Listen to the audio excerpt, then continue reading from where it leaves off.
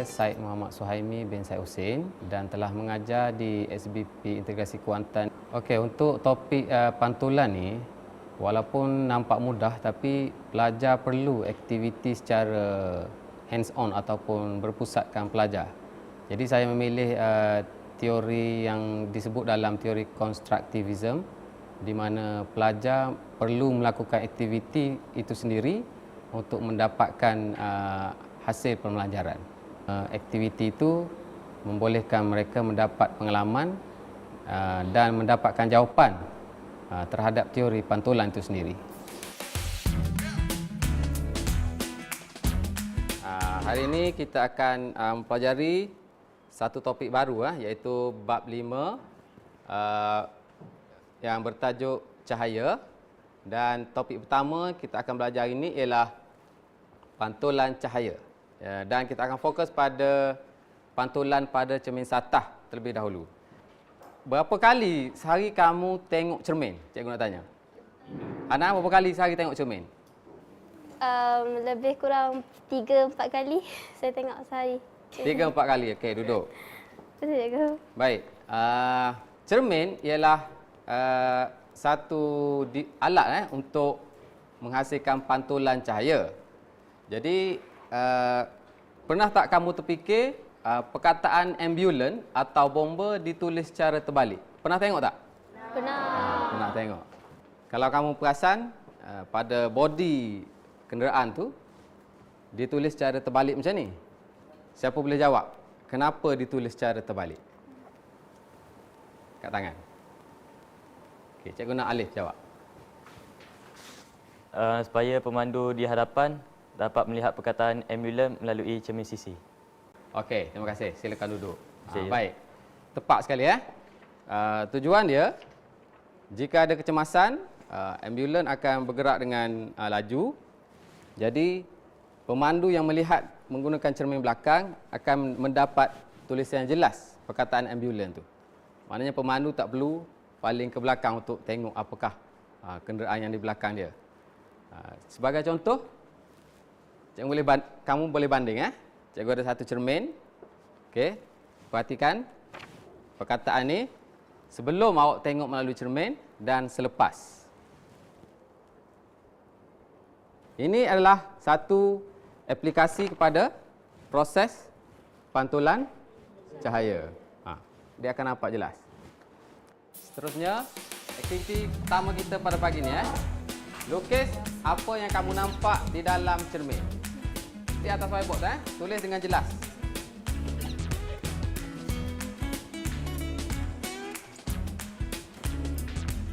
Lukisan tersebut. Ciri-ciri.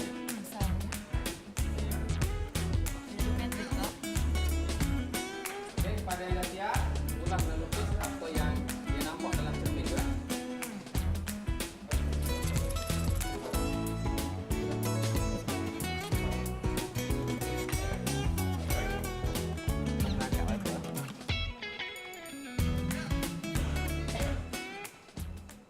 Baiklah, cikgu kira semua kumpulan telah pun selesai dengan lukisan dan jawapan masing-masing.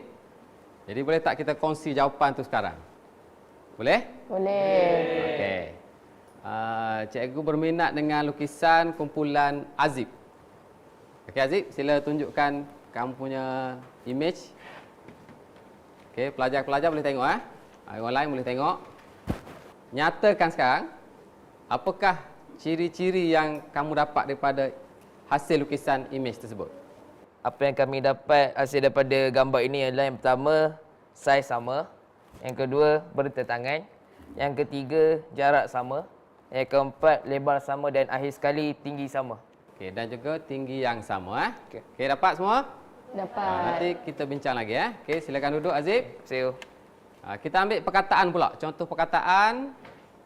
Okey, dipersilakan kumpulan ni. Kumpulan Aduni. Okey, ini perkataan dia. Bomber. Perkataan bomber. Okey, yang ditulis secara macam terbalik kan? Okey. Baik. Okey, Aduni, sila tunjukkan hasil kerja kumpulan kamu. Apa yang kumpulan kami dapat melalui perkataan yang bombers yang terbalik dengan menggunakan cermin ialah yang pertama, saiz sama. Yang kedua, kedudukan tegak. Dan yang ketiga, sisi songsang, itu terbalik. Seterusnya, kita akan buat kesimpulan terhadap semua ciri imej yang kita boleh dapat daripada satu imej cermin satah. Baik, sekarang kamu boleh catat ataupun buat pembetulan. Yang pertama, imej tersebut adalah tegak. Apabila kita melihat satu objek melalui cermin satah, dia mesti tegak. Yang kedua, sama saiz. Maknanya sekarang kalau tinggi Hana 100 cm, jadi kalau berdiri di hadapan cermin, imej dia juga mesti 100 cm. Okey, sama saiz. Saiz ni dia akan merangkumi banyak benda lah. Sama ada tinggi, lebar dan juga panjang, diameter dan sebagainya. Tapi kita gunakan perkataan saiz sahaja. Sama saiz, dia mesti sama saiz. Okey, yang ketiga, kita ada songsang sisi. Baik, Azib tadi perkataan kamu guna ialah bertentangan. Okey, itu kurang tepat. Gunakan perkataan songsang sisi.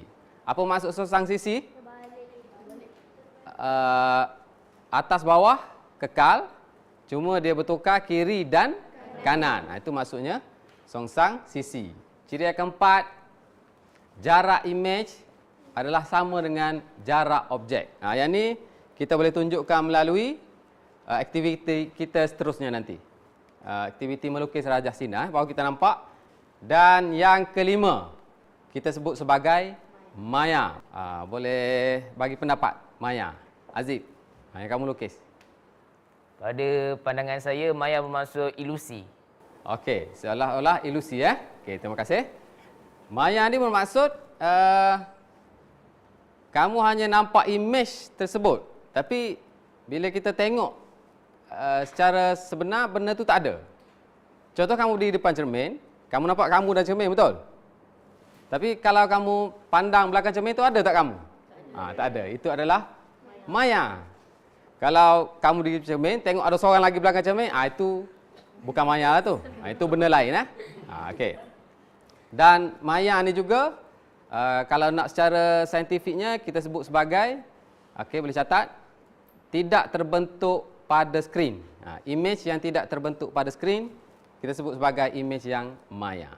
Jadi, kita ada 5 ciri bagi ciri-ciri imej yang terbentuk oleh sebuah cermin satah. Sekarang kita akan teruskan aktiviti kita untuk menyatakan hukum pantulan. Belah tu lah. Alur cahaya. Dia hasilkan alur cahaya.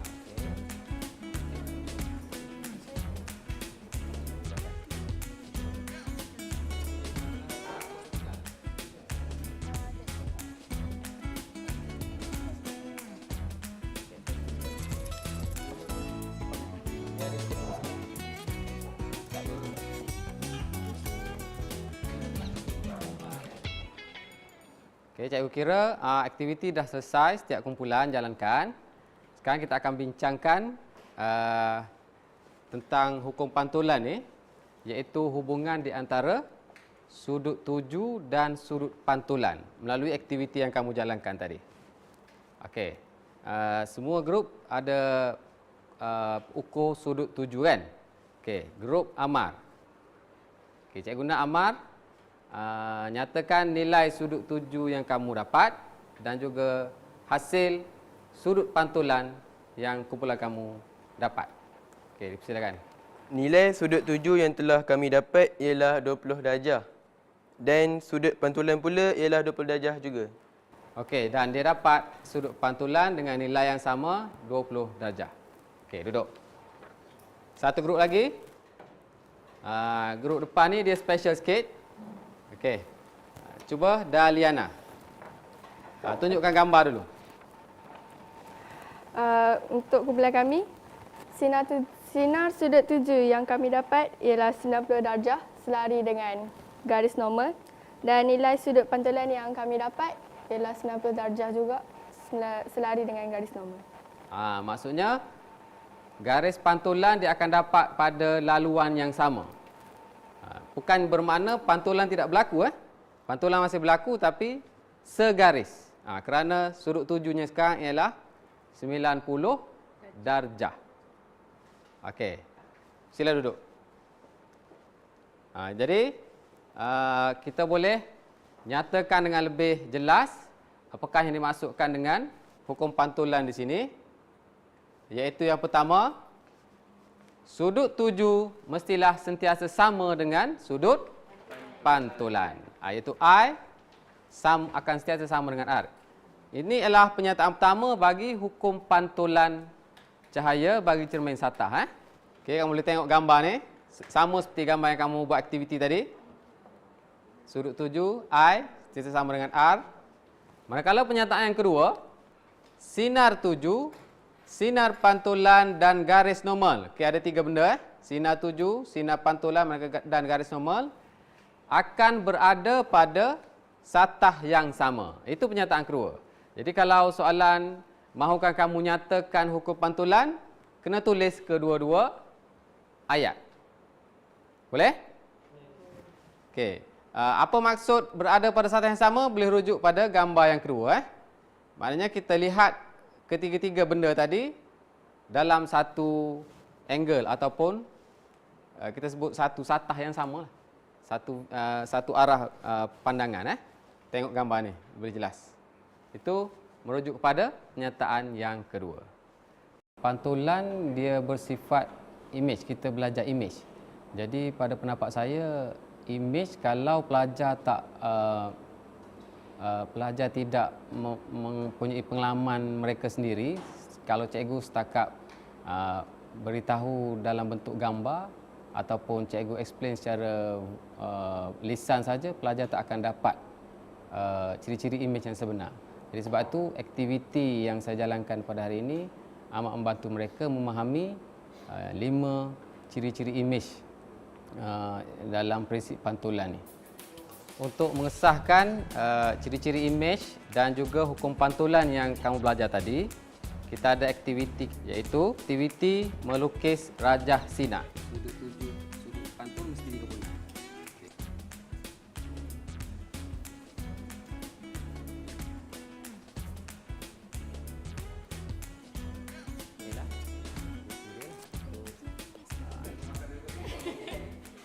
Okey, sekarang kita akan bincangkan hasil daripada aktiviti yang kamu jalankan tadi. Okey. Apa yang cikgu nak tekankan di sini ialah bagaimana melukis rajah sinar. Daripada hasil kerja yang kamu jalankan, sepatutnya kamu akan dapat rajah sinar yang seolah-olah macam ni. Okey, step pertama, hukum pantulan. Dapat tak macam ni? Okey. Langkah kelima tadi cikgu kata ekstrapolasi. Okey, bermaksud itulah image yang kamu akan dapat. Dan apa yang cikgu nak kamu perhatikan ialah yang pertama dari segi U dan kita istilahkan sebagai V U dan V, iaitu U jarak objek, manakala V mestilah kita istilahkan sebagai jarak image. Cikgu nak hasbulah. Okey, tunjukkan lukisan kamu. Nyatakan pengiraan ataupun ukuran antara U dan V yang kamu dapat. Apa yang saya dapat daripada lembaran kerja ni ialah jarak di antara image dan objek adalah sama. Sama Okey, terima kasih hasbulah. Cikgu. Yang kedua, bagaimana dengan Khalidah? Jarak antara U dengan V sama.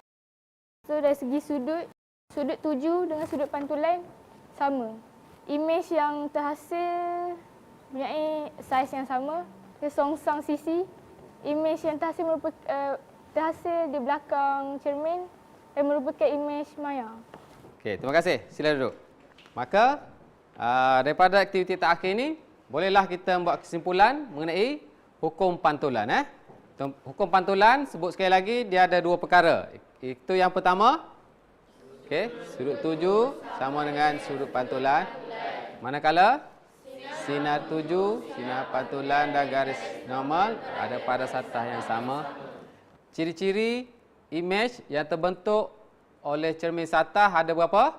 5. Okey, 5 ciri yang kita dah sahkan tadi melalui aktiviti-aktiviti kita jalankan. Okey, yang pertama, tegak, saiznya sama, songsang sisi, jarak imej sama dengan jarak objek, dan yang terakhir, okey, imejnya maya. Sebelum cikgu edarkan latihan, cikgu nak persoalkan satu situasi. Okey. Boleh banding tak dua permukaan ni? Okey. Kalau ni, kamu boleh nampak imej kamu kan? Boleh nampak? Fatin? Nampak. Bagaimana pula dengan kalau saya letak permukaan macam ni? Boleh nampak apa-apa tak? Okey.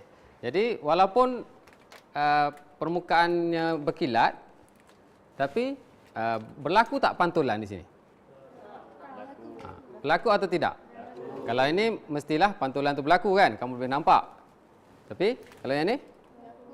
Pantulan masih lagi berlaku, tapi kenapa imej tidak boleh dibentuk? Siapa nak bagi pendapat? Okey, Fatin, silakan.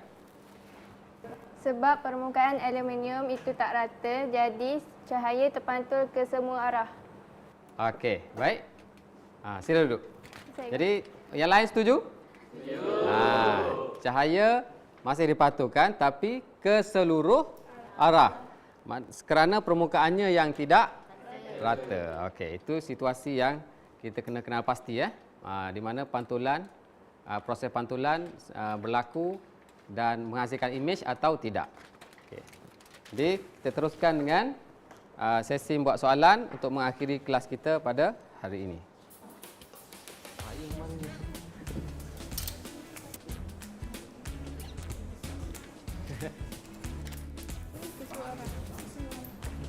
Mesti ikut hukum tu. Iaitu apa? Pertama, setiap kali kita nak ukur I dan R, mesti ada cermin situ kan. So, bagi tu ada nombor ni. Ke depan. Ke depan. Okey. Kita tengok panas keluar. Kita dah advancekan satu topik ya.